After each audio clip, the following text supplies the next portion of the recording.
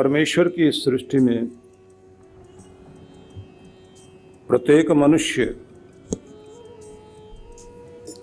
अपने अपने कर्मों के आधार पर बंधा हुआ यहाँ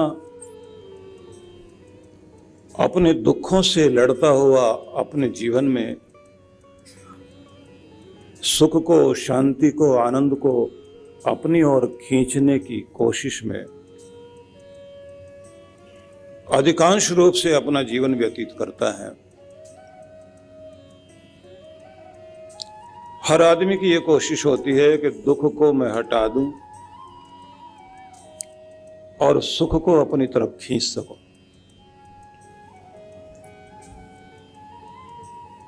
जब पूछा जाए कि सुख और दुख किसे कहा जाना चाहिए,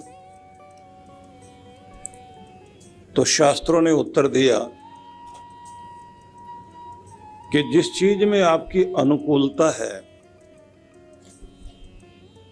वो आपके लिए सुख है, और जो आपको अनुकूल नहीं पड़ता, आपके प्रतिकूल जो है, उसको आप दुख मानते हैं। इसलिए आप इस पूरी दुनिया में इस कोशिश में रहते हैं कि दुनिया आपके अनुकूल हो जाए,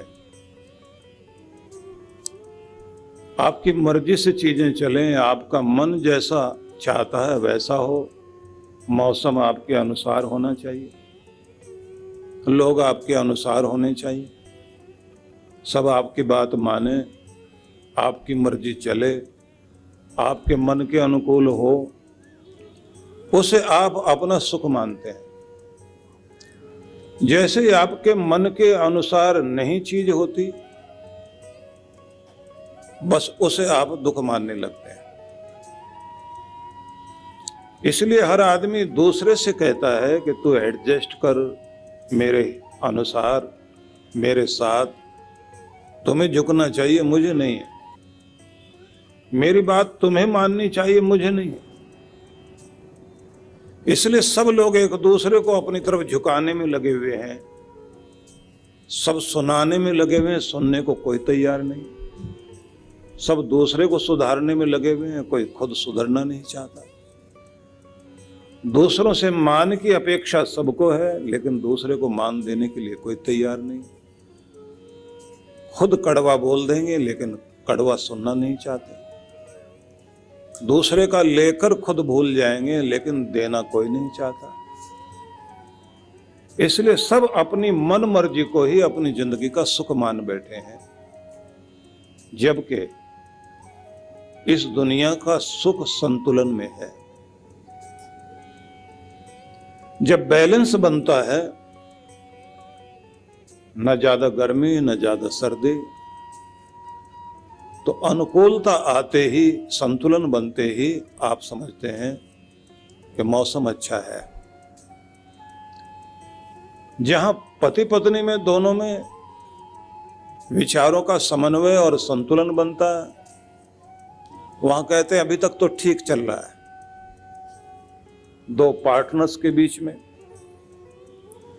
जब तक दोनों का समन्वय बना हुआ और दोनों का संतुलन बना हुआ है, कहते हैं पार्टनरशिप ठीक चल रही है। जैसे ही एक व्यक्ति अपनी तरफ खींचना शुरू करता है, संतुलन, बैलेंस बिगड़ना शुरू हो जाता है। बैलेंस जहां बिगड़ना शुरू हुआ वहीं से दुख आना शुरू हो जाता है। अभी तक तो पार्टनरशिप बहुत अच्छी थी, लेकिन अब तो ठीक नहीं है, ये तो मनमानी करने लग गए। तो हम जो मनमानी करते हैं उसे हम अपना सुख मानते हैं, दूसरा मनमानी करता है हम उसको दुख मानने लगते हैं।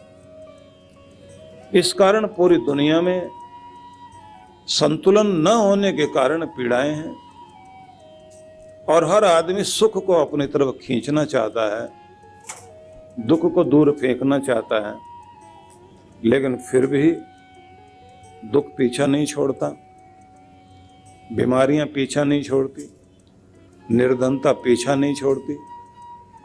आदमी पूरी ताकत लगाता है कि बहुत कमाए, लेकिन उसके बाद भी जब बरकत नहीं पड़ती, मतलब यह है कि उसके खर्चे, उसकी आवश्यकताएं इतनी हो जाती हैं कि वो कितना भी कमा ले तो भी उसको लगता है कि अभी तो बात नहीं बन पा रही।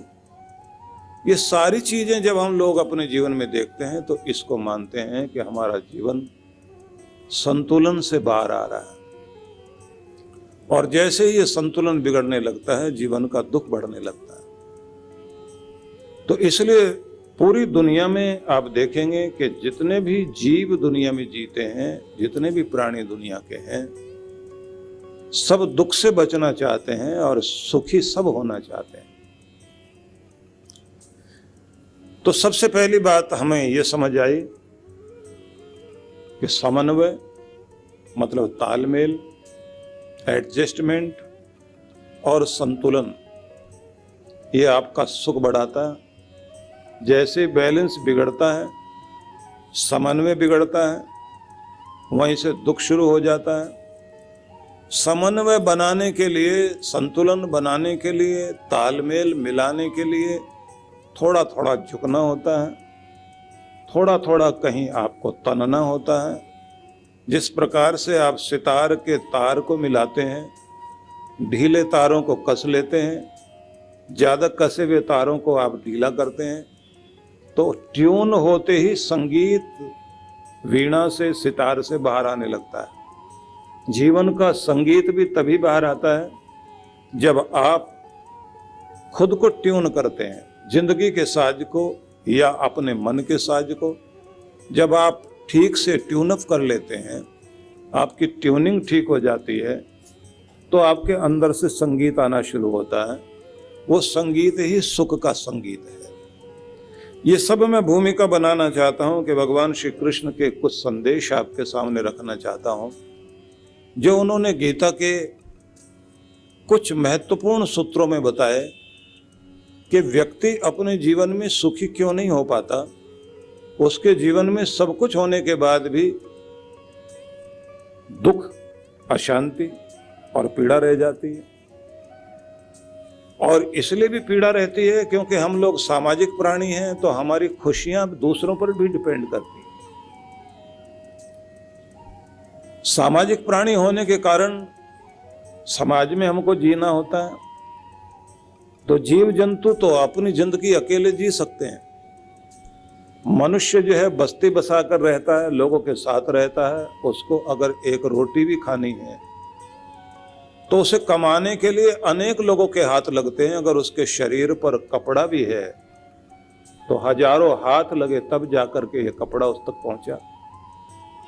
इसलिए हर चीज के लिए एक व्यक्ति पर नहीं, अनेकों पर हमको निर्भर करना पड़ता है। तो अनेकों आपको सुखी बनाने में भी लगे हुए और अनेकों आपको दुखी बनाने में भी लगे हुए हैं। इसलिए सामाजिक जीवन में बड़े बड़े चिंतक लोगों ने यह लिख दिया कि आपका 60% अगर आपके कर्म के कारण, आपकी योग्यता के कारण सुख मिल रहा है, तो आपका लोक व्यवहार, पब्लिक रिलेशन अगर आपका अच्छा नहीं है, तो 40% सुख दुख आपका इस बात पर भी निर्भर करता है कि आपका लोक व्यवहार कैसा है, सामाजिक व्यवहार आपका कैसा है, पब्लिक रिलेशन आपकी कैसी है, आप अपने संबंधों को निभाते कैसे हैं। क्योंकि आपके संबंधी जब आपसे नाराज हो जाते हैं तो फिर वो आपको दुखी करने के लिए जो कुछ करते हैं, आप अपनी प्रगति भूल जाते हैं। और यहां तक कहा जाता है कि इस लोक व्यवहार में आपका व्यवहार परिवार के निकट संबंधी संबंधों में भी आता है। मतलब पति पत्नी का रिश्ता भी अगर बिगड़ जाता है तो 60% सुख दुख तो आपका इसी पे निर्भर करता है। कुल मिला के हम इस बात को समझें कि हम सामाजिक जीवन जीते हैं तो वहां भी समन्वय चाहिए। और जब समन्वय बनाना है तो कोई आपको बर्दाश्त करे और किसी को आप बर्दाश्त करें। अगर आप बर्दाश्त नहीं करेंगे तो रिश्ते टिकेंगे नहीं। ये सबसे पहली बात ध्यान में रख लीजिए। जिन्होंने बर्दाश्त करना सीख लिया, उन्होंने रिश्ता निभाना सीख लिया। ये पहली चीज हर किसी को पकड़नी चाहिए, क्योंकि सब तो आपके हिसाब के हो नहीं सकते। कोई भी गलतफहमी पल जाए, मैं हमेशा कहा करता हूं कि गलतफहमी को ज्यादा देर तक टिकने मत देना, जाएगी नफरत में बदल जाएगी। और अगर वो नफरत में बदल गई तो वो दुश्मनी पर उतर आएगी, और जब वो दुश्मनी में उतर आती है तो आपकी गलतफहमी दुश्मनी बनने के बाद आपका करीब का रिश्ता ही जब दुश्मन बनकर खड़ा हो जाता है, फिर बात वही होती है कि जिन्हें हम हार समझे थे गला अपना सजाने को, वही अब नाग बन बैठे हमें ही काट खाने को। वही लोग आपको काट खाने के लिए तैयार हो जाते हैं। तो इसलिए अच्छा हो जल्दी से जल्दी गलतफहमी दूर की जाए। आप समझेंगे कि मैं सही हूं तो मुझे झुकने की जरूरत क्या है, मुझे मिलने की जरूरत क्या है, सच को आंच क्या। आप सच्चे हैं, लेकिन आप अपनी तरफ से जो कुछ देख रहे हैं वो आपको 6 नजर आता है, दूसरा आदमी जब उधर से देखता है तो वो 9 नजर आता है। तो दूसरे का पक्ष जाने बिना, क्योंकि आप सामाजिक जीवन जीते हैं और आपके संबंध के तराजू के पलड़े 2 हैं। आप अपना पलड़ा देख सकते हैं, दूसरे का पलड़ा देखना भी जरूरी है। तो कुल मिलाकर हम इस बात को समझें कि आपको गलतफहमियां दूर करनी बहुत आवश्यक है। रिश्ते अपने निभाने हैं। आप सोचेंगे क्या क्या करना पड़ेगा हमें जिंदगी में। छोटी सी जिंदगी है, किस किस के आगे झुकें, किस किस को मनाएं। हृदय में पवित्रता और प्रेम लेकर सबके सामने अपनी बात को इस तरह से जरूर रखिए, रिश्ता भी टिके, आपका प्रेम भी बढ़े। बड़ी बात ये, आप कितने भी बड़े क्यों ना हो, घर में जब आप प्रवेश करते हैं तो आपको उस तरह मिलना होगा जैसे आपके हाथों की उंगलियां कोई बहुत बड़ी कोई बहुत छोटी। लेकिन जब कोई चीज पकड़नी होती है तो किसी को तनना पड़ता है, किसी को झुकना पड़ता है, तब जाकर के आपकी सारी उंगलियां एक जगह आती हैं और तब चीजें पकड़ में आया करती हैं। अगर दुनिया में सुख पकड़ना चाहते हैं तो थोड़ा सा झुक जाइए, छोटे हैं तो तन जाइए, अर्थात सब मिल जाइए तो सुख पकड़ पाओगे। इसलिए बहू को, सास को, ननद को, भाभी को, सबको ही कहीं ना कहीं एक उस पॉइंट पर आना पड़ेगा जहां से खुशी पकड़ी जाती है। आपका हाथ आपको सिखाता है। और ये बात जरूर समझ लेना कि ये सारी उंगलियां मिलकर एक जगह झुककर आ भी जाएं तो विश्वास है अंगूठा, ये बहुत जरूरी है। जब तक ये नहीं मिलेगा ये सारी उंगलियां बेकार है। इसी को धर्म कहते हैं। आपका धर्म, आपका कर्तव्य, आपकी निष्ठा, आपका विश्वास जरूर होना चाहिए बीच में। बिना अंगूठे के आपके सारी उंगलियां बेकार, आपका सारा कर्म बेकार। आपके घर में धर्म, आपके घर में विश्वास, आपके रिश्तों में विश्वास, आपके व्यवहार में विश्वास, इसी को हमारे यहाँ धर्म कहा गया है। ये हर एक से जा के मिलेगा, छोटे से भी, बड़े से भी, सबसे। अंगूठे को सबसे मिलना होता है और सबको इससे मिलना होता है। यही प्रेम है, यही विश्वास है, यही धैर्य है, यही साहस है। बाकी सब कर्म है, सब एक्शन है। सारी उंगलियां एक्शन कर रही हैं, पर आपका प्रत्येक कर्म विश्वास वाला, प्रेम वाला, सौहार्द वाला, भलाई करने वाला, आगे बढ़ाने वाला अगर है तो ये ध्यान रख लेना, उसे धर्म कहते हैं। तो धर्म पूर्वक आप अपना जीवन जीना शुरू कर दीजिए। आपके घर में सुख भी आएगा, शांति भी आएगी। इसलिए भारत के ऋषियों ने कहा कि धन कमा लेना, लेकिन पहले धर्म है। 4 चीजें बताई गई: धर्म, अर्थ, काम, मोक्ष।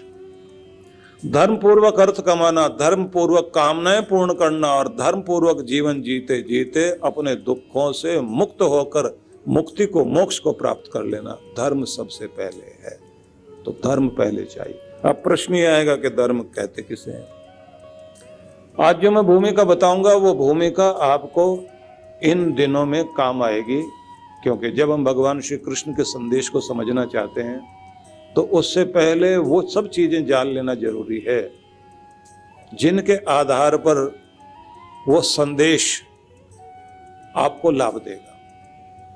तो अब ये बात सुन लीजिए कि जैसे आपके हाथ में अंगूठा है, वैसे ही आपकी जिंदगी में धर्म है। धर्म के बिना, जैसे ये अंगूठे के बिना उंगलियां काम नहीं करती, और अगर कर भी रही हो तो वो औचित्य नहीं रहता। तो ऐसे ही कोई भी चीज, मतलब अगर आपकी कंपनी है, उसका विश्वास और उसकी गुडविल बननी बहुत जरूरी है। जब उसकी गुडविल बहुत अच्छी हो जाती है तब वो चीज बनती है ब्रांड। फिर आंख बंद करके लोग उस चीज को खरीदना शुरू करेंगे, बस उस ब्रांड की चीजें खरीद लेना, क्योंकि आप एक ब्रांड बन गए। भारत के अंदर हजारों लाखों कंपनियां होंगी, लेकिन ब्रांड जो बन पाई हैं बहुत कम कंपनियां हैं, जो पूरा विश्वास जीत पाई हैं, जिनके लिए आंखें बंद करके लोग चीज खरीद सकते हो। ये है गुडविल। मतलब वहां वो चीज आकर बैठ गई, जीत लिए दिल। आंख बंद करके आदमी वहां पहुंच सकता है कि ये चाहिए, बस इसमें ये लोग जो कुछ देंगे ठीक चीज देंगे। इसलिए मैं आपसे कहना चाहता हूं कि एक बिंदु तक पहुंचने के लिए चेष्टा करनी पड़ेगी आपको। तो सबसे पहले ये समझ लेंगे ये धर्म है क्या।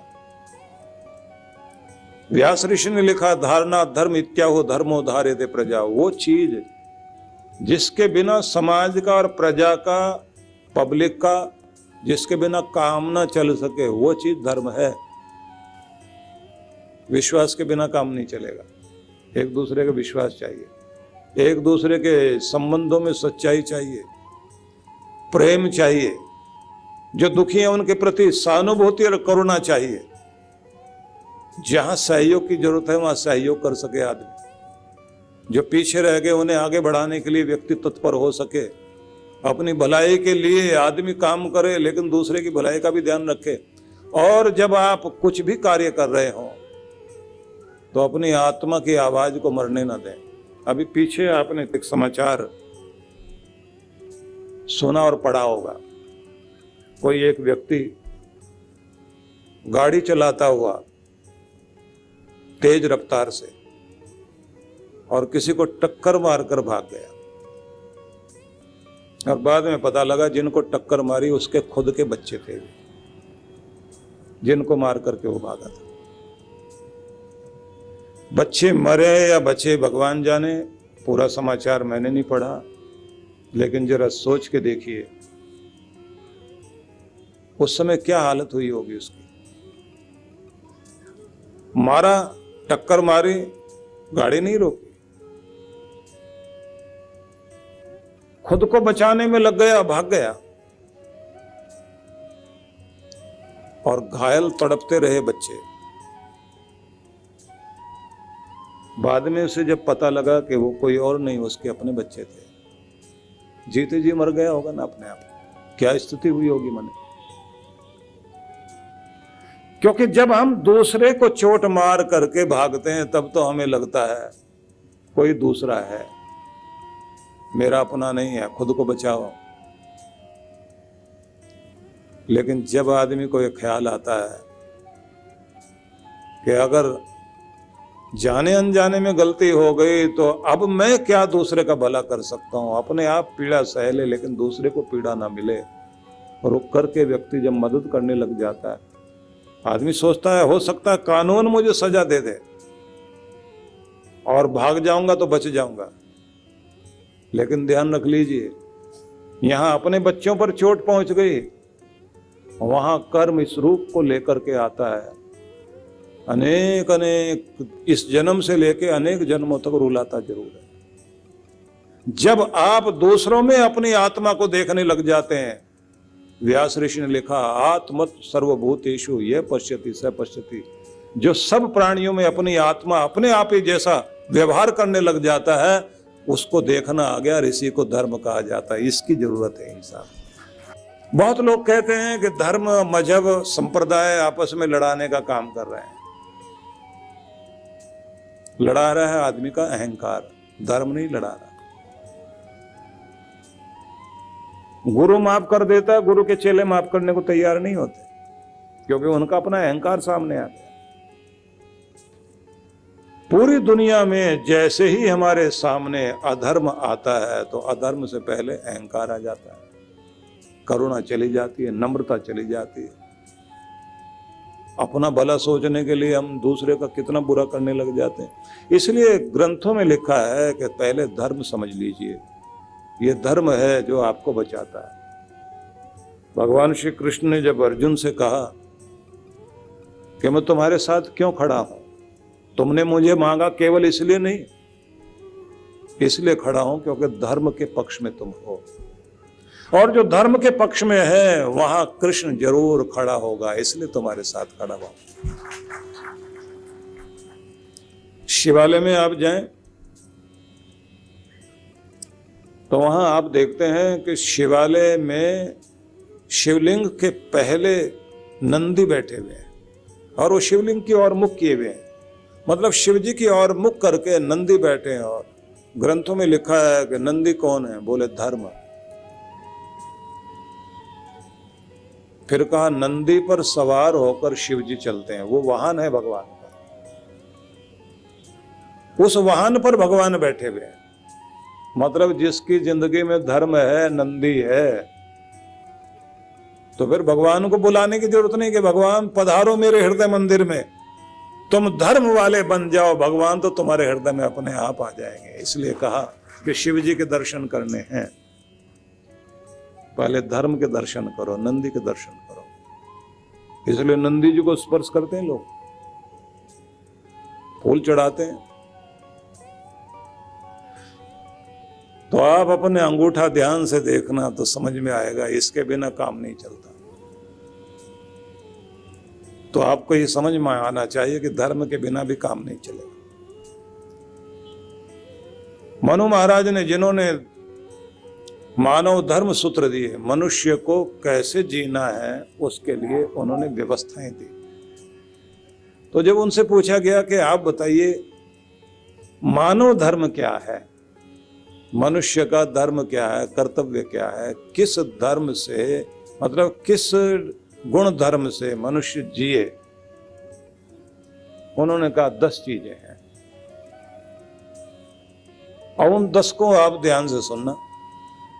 धृति क्षमा दमो स्तेयम शौचम इंद्रिय निग्रह धीर विद्या सत्यम क्रोधो दशकम धर्म लक्षणम। का पहली चीज है धृति, धैर्य। आदमी को अपना हौसला, अपना धीरज हमेशा बनाए रखना चाहिए। परिस्थितियां आएंगी पांव उखाड़ने के लिए, कभी तो सुख और कभी दुख आपको अपनी जगह से हिला देगा, कभी तारीफ हिला देगी और कभी निंदा हिला देगी।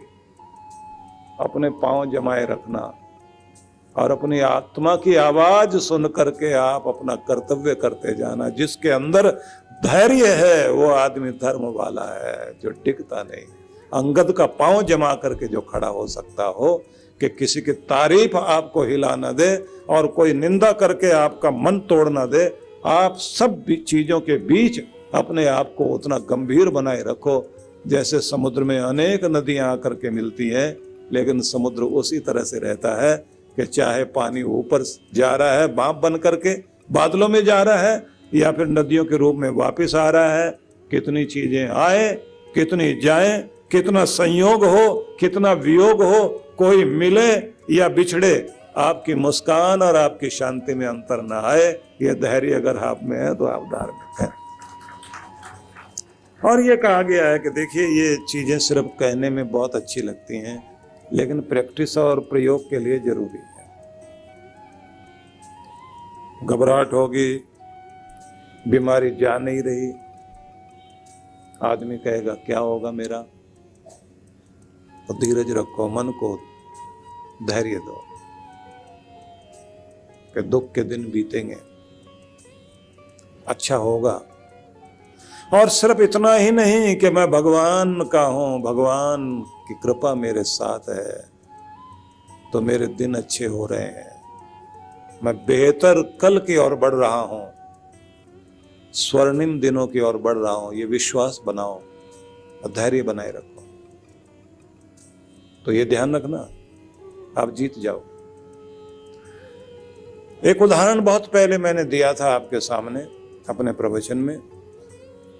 एक छोटी सी बच्ची पोलियोग्रस्त, जिसको डॉक्टर ने यह कहा चेक करने के बाद कि बेटी तुम्हारे सपने क्या हैं, क्या चाहते हो अपने जीवन से। उसने कहा डॉक्टर मैं दुनिया की सबसे तेज धाविका बनना चाहती हूँ, सबसे आगे, यहां तक चाहती हूँ ओलंपिक जीतूं। डॉक्टर ने कहा बेटा बहुत अच्छा सपना है तेरा, लेकिन अभी तो प्रॉब्लम यह है कि तुम ठीक से खड़े भी नहीं हो पाओगे, चलने में भी मुश्किल होगी। चलने के लिए सपोर्ट में तुम्हारे टांगों में एक यंत्र हम लगा देते हैं, इसके सहारे चलना। बच्ची की मां पूछती है डॉक्टर मेरी बच्ची दौड़ पाएगी? वो गर्दन नीचे करके बोलता है नहीं, चलना भी मुश्किल है। अब ये एक स्थिति है जिसमें आदमी टूट सकता है, निराश हो सकता है। कितना? हिम्मत टूट जाएगी। दोनों के दोनों अपने घर आए। अब बच्ची कहती है मां डॉक्टर क्या कह रहा है?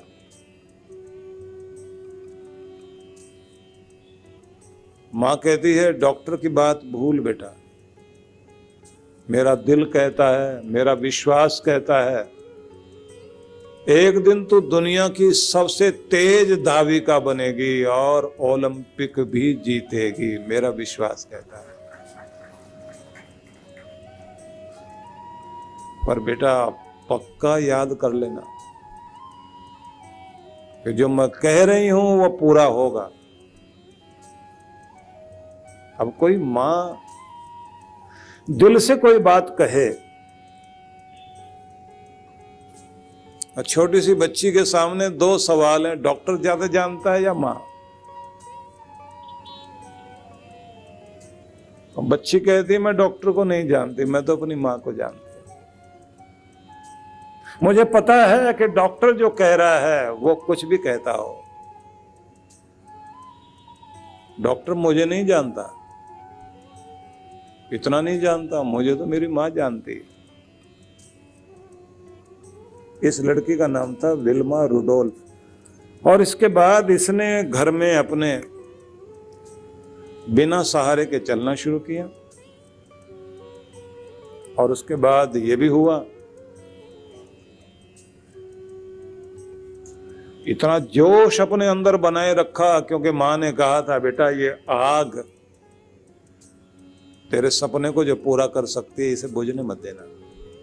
हर दिन देख कि तू दौड़ रही, हर दिन मन से देख कि दौड़ने वालों में सबसे आगे जा रही। हर दिन ये देख बीमारी नहीं है, सब पर काबू पा लिया तुमने। अब यह विश्वास बच्ची के मन में है। थोड़ी ठीक हो गई, स्कूल जा रही है, स्कूल में भी एक टांग से दौड़ने की कोशिश करती है, दूसरी टांग को घसीटती है साथ में। अब जरा देखिए कि थोड़ी थोड़ी बड़ी हो रही है तो ये अपनी टीचर को क्या बोलती है, टीचर स्पोर्ट्स का जब टाइम हो और बच्चे रनिंग करें तो मुझे भी उसमें हिस्सा लेना है। और डॉक्टर ये कहता है कि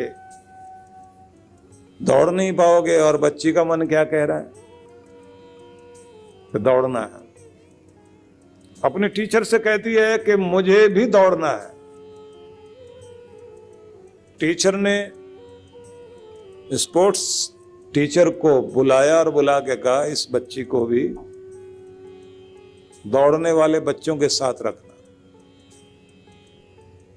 शरीर से कमजोर दिखाई दे रही है, लेकिन जितने भी आपके दौड़ने वाले बच्चे हैं उन सबसे 100 गुना ज्यादा मजबूत मन इसका, बच्ची का सबसे मजबूत मन, इसको दौड़ने के लिए आप मौका देना। 13 बच्चों में 13वीं ये है, सब बच्चे दौड़ रहे हैं, इसने तो पीछे रहना ही था, पीछे रही। लेकिन वहां एक कोच देख रहा था जिसने ये देखा कि दौड़ तो सब बच्चे रहे हैं लेकिन सब में वो स्पिरिट नहीं है, जो इस बच्ची में है। वो कोच पास आया और उस बच्ची से पूछता है, बेटा क्या सपना तुम्हारा, क्या सोचती हो अपनी जिंदगी के बारे में? उसने कहा, मैं ओलंपिक जीतूंगी, ओलंपिक। ये किसने बताया तुम्हें? बोले, मेरे मन ने कहा और मेरी माँ कहती है कि तू जीतेगी, और मैं रोज अपने आप को जीतते हुए देखती हूँ, मुझे सपने भी वही आते हैं। अब आप सोचिए, सपना देख रहा है व्यक्ति, कल्पना वही कर रहा है, विजन उसका वही है, और शरीर साथ नहीं दे रहा। और आपको आश्चर्य लगेगा, वो बच्ची ठीक हुई,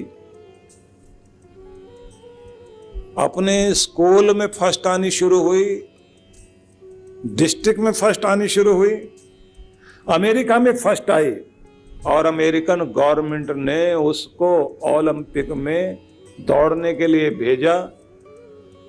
पूरे विश्व के बड़े बड़े खिलाड़ी, जो महिला धाविका थी, पूरे विश्व की मानी हुई धाविका, हर देश ने अपने सबसे तेज दौड़ने वाली धाविका को भेजा। और वो केवल पोलियो वालों की दौड़ नहीं थी, जिनका शरीर बिल्कुल सही है, सक्षम है, वो लोग शामिल हुए।